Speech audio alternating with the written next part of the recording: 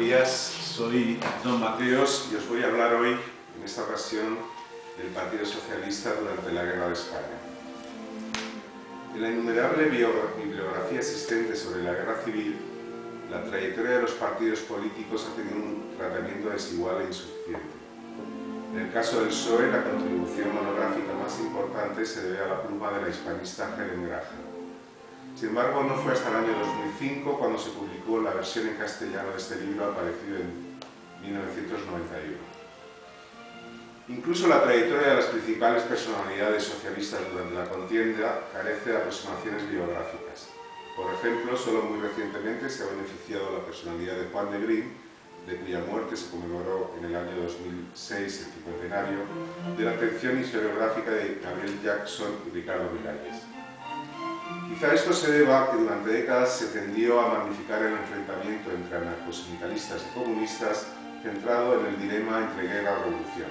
Con el papel de los socialistas y los republicanos de izquierda ha quedado desfigurado en la literatura histórica. Además, el refundado PSOE de posguerra tendió a desvincularse de la memoria de la guerra civil para ensalzar la figura de Pablo Iglesias y defender el lenguaje de reconciliación nacional y, por tanto, de la democracia. Pese a la escasa visibilidad del Partido Socialista, no tanto la UGT, no hace falta recordar que personalidades como Francisco Largo Caballero y Juan Negrín encabezaron los gobiernos de la República durante la guerra. Además, el líder socialista Indalecio Prieto llevó el principal peso de la compra de armamentos y de la dirección política de la guerra durante cerca de 2 años. Se puede decir sin exagerar que los socialistas constituyeron la columna vertebral de la resistencia de los gobiernos del Frente Popular. Durante la mayor parte de la contienda, los principales resortes del Estado estuvieron dirigidos por socialistas: Presidencia del Gobierno, Relaciones Exteriores, Hacienda, Defensa y Gobernación.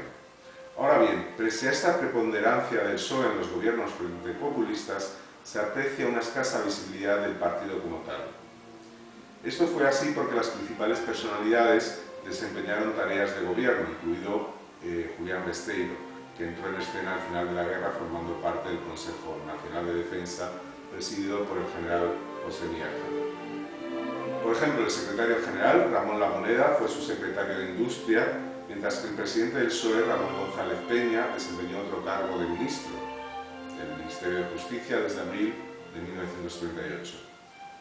Esta absorción de las personalidades socialistas por la acción de gobierno, unida a una cierta ética de silencio y de sacrificio de los intereses partidistas a los intereses comunes de defensa de la República, trajo consigo esa relativa falta de presencia pública del PSOE.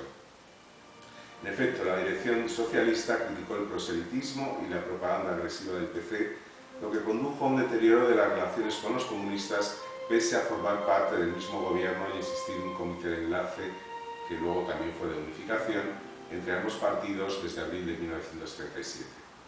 Otro de los factores que hay que tener en cuenta fue la división interna. Como ha puesto de manifiesto Santos Juliá o Julio Orostegui, las líneas de fractura existentes entre los seguidores de Besteiro, Largo Caballero y Prieto durante los años 30 dificultaron la constitución de un núcleo dirigente socialista homogéneo y coherente durante la guerra.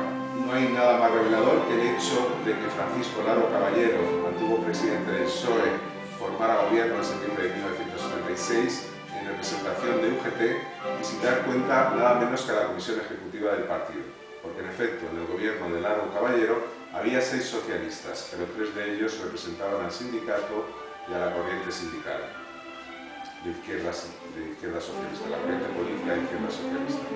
Esta división interna, no obstante, ha sido tradicionalmente magnificada, y es que se diría que la trayectoria del PSOE se resume en varios movimientos, en sucesivos enfrentamientos entre Largo Caballero y Prieto primero, y entre Prieto y Negrín después.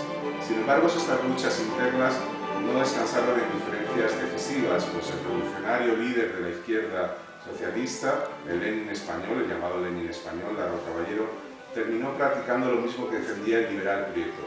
Lo importante era ganar la guerra y restaurar los aparatos del Estado.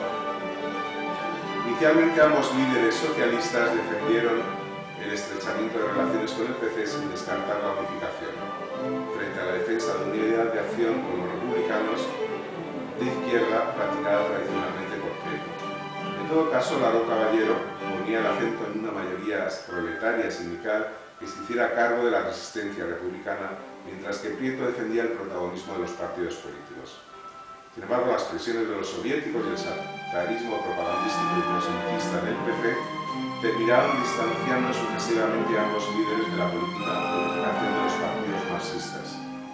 La mayor parte de los socialistas terminaron resolviendo sus diferencias internas al final de la guerra para coincidir en el rechazo a las relaciones bilaterales con los comunistas. Esta superación de las líneas divisorias tradicionales entre socialistas no haría sino consolidarse con la derrota del exilio y la clandestinidad.